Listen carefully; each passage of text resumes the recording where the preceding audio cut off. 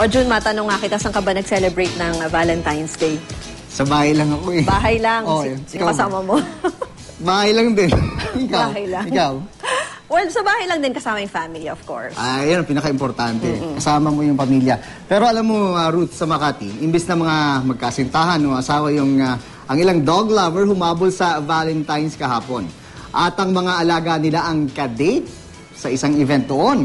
Inorganisa ito ng Compassion and Responsibility for Animals o Cara Welfare Philippines sa isang mall sa lungsod. Bukod sa dinner buffet, may booth din sa event para kina amo at bantay. May libre ring konsulta sa veterinaryo.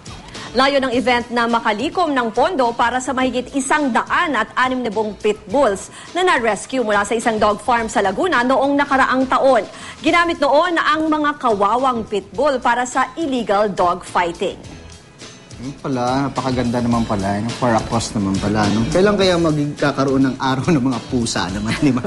Palagi na lang aso. Huwag natin kalimutan yung mga pusa din. Pwede. Araw ng mga pusa sa araw ng mga puso.